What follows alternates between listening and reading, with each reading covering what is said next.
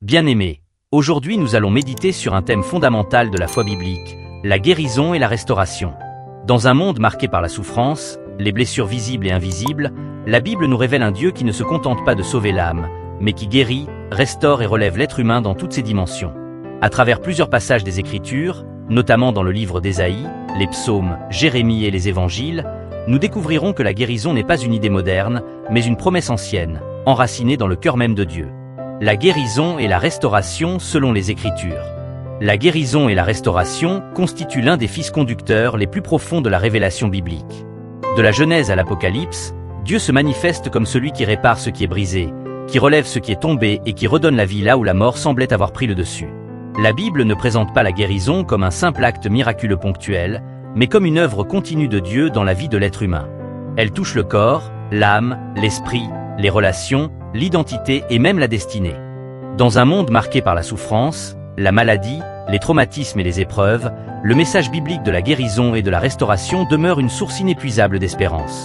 Dieu ne se contente pas d'observer la douleur humaine. Il s'en approche, il apporte et il agit pour la transformer. Comprendre la guérison et la restauration selon les Écritures, c'est découvrir le cœur même de Dieu. La guérison, une réponse divine à la souffrance humaine. La souffrance est une réalité universelle.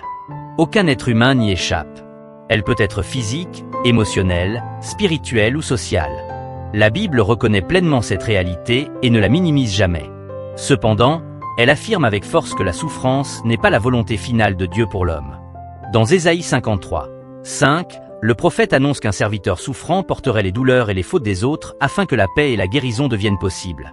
Ce texte révèle une vérité fondamentale. La guérison divine est enracinée dans l'amour sacrificiel de Dieu. Dieu ne guérit pas de manière distante ou froide. Il guérit en s'impliquant profondément dans la condition humaine. La guérison biblique commence donc par une prise en charge de la souffrance. Dieu voit, Dieu comprend et Dieu agit. Cette vérité change notre perception de la douleur. Elle n'est plus un signe d'abandon, mais un lieu possible d'intervention divine. La guérison intérieure. Le cœur au centre de l'œuvre de Dieu. La Bible accorde une importance particulière au cœur de l'homme. Le cœur représente le centre de la vie intérieure. Les pensées, les émotions, les souvenirs et les motivations.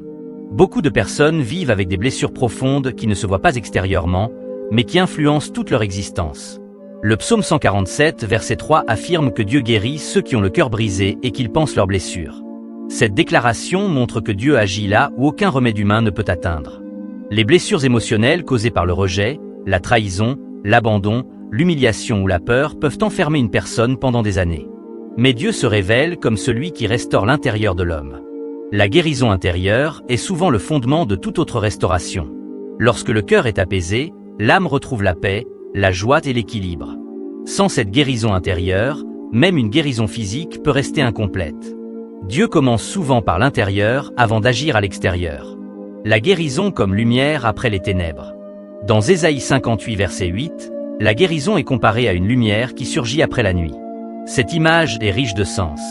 Elle montre que la restauration divine intervient souvent après une période de ténèbres, de confusion ou de douleur prolongée. La nuit peut symboliser l'épreuve, la perte, la discipline ou l'attente. Dieu promet que la lumière se lèvera, que la guérison apparaîtra et que la justice marchera devant celui qui lui fait confiance. Cette promesse rappelle que la guérison n'est pas toujours immédiate, mais qu'elle est certaine. Dieu agit selon son temps, un temps parfait, même lorsque l'homme ne comprend pas immédiatement son plan. Cette perspective enseigne la patience et la persévérance dans la foi. La restauration peut être progressive, mais elle est réelle et durable. La restauration, au-delà de la guérison.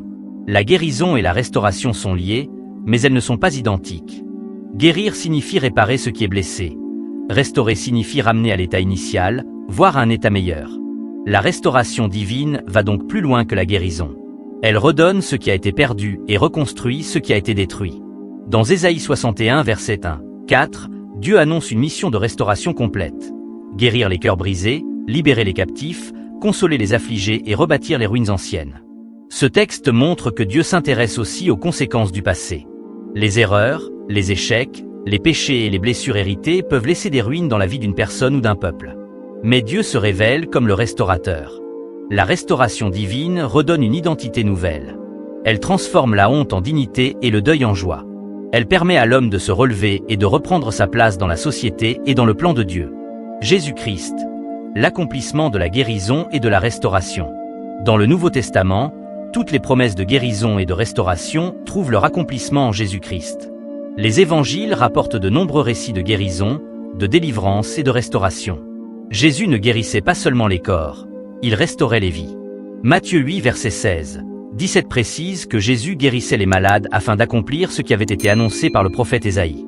Cela montre que les guérisons de Jésus n'étaient pas des événements isolés, mais l'accomplissement d'un plan divin ancien.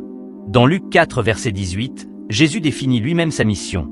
Annoncer la bonne nouvelle, libérer les opprimés, rendre la vue et relever ceux qui sont écrasés. Cette déclaration révèle que la guérison fait partie intégrante du message du royaume de Dieu. Là où Jésus est présent, la restauration devient possible. La guérison comme libération. La Bible associe souvent la guérison à la liberté. Être guéri, c'est être libéré de ce qui oppresse, enferme ou détruit. Cette oppression peut être physique, émotionnelle, spirituelle ou sociale. Jésus libérait ceux qui étaient dominés par la peur, la culpabilité, la honte ou l'exclusion. La guérison devenait alors un moyen de réintégration sociale et spirituelle. La restauration permettait à la personne guérie de retrouver sa dignité et sa place. Cette dimension est essentielle. La guérison biblique n'est pas égoïste. Elle a un impact sur la communauté et sur les relations humaines. La promesse de Dieu malgré le rejet. Dans Jérémie 30 verset 17, Dieu promet de rétablir la santé et de guérir les plaies d'un peuple rejeté et méprisé. Cette parole révèle une vérité réconfortante. Le rejet humain n'annule pas la promesse divine.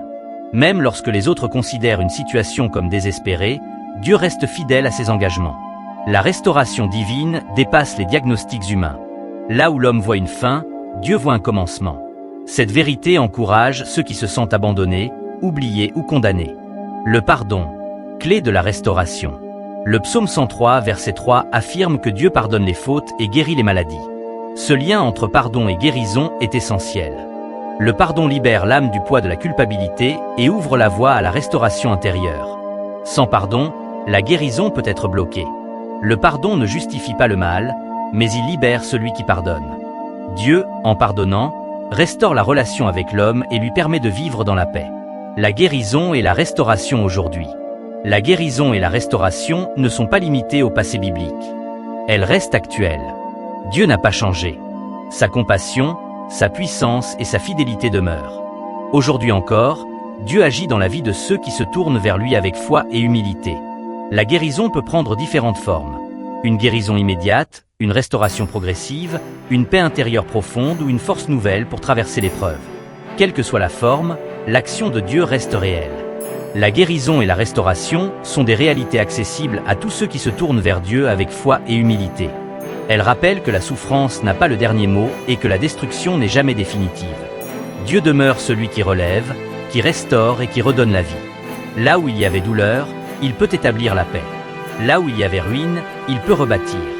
En résumé, la Bible nous révèle que la guérison est une promesse divine. La restauration est une œuvre complète.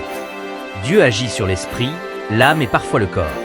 Quelle que soit la nature de ta blessure, ancienne ou récente, Dieu reste capable de restaurer, de relever et de renouveler. La guérison n'est pas seulement ce que Dieu fait, c'est aussi ce qu'il est. Prière de guérison et de restauration. Père éternel, nous venons devant toi avec confiance, car tu es le Dieu qui guérit et qui restaure. Tu vois chaque blessure, visible ou invisible, chaque douleur du corps et chaque souffrance du cœur. Selon ta parole, tu guéris les cœurs brisés et tu panses leurs blessures. Seigneur, là où il y a la maladie, nous proclamons ta guérison. Là où il y a la peur, le découragement et la honte, nous demandons ta paix et ta restauration. Restaure les vies brisées, relève ceux qui sont tombés, et fais renaître l'espérance là où tout semblait perdu. Nous croyons que tu es fidèle à tes promesses, et que ta puissance agit encore aujourd'hui. Merci pour la guérison, merci pour la restauration. Au nom de Jésus. Amen.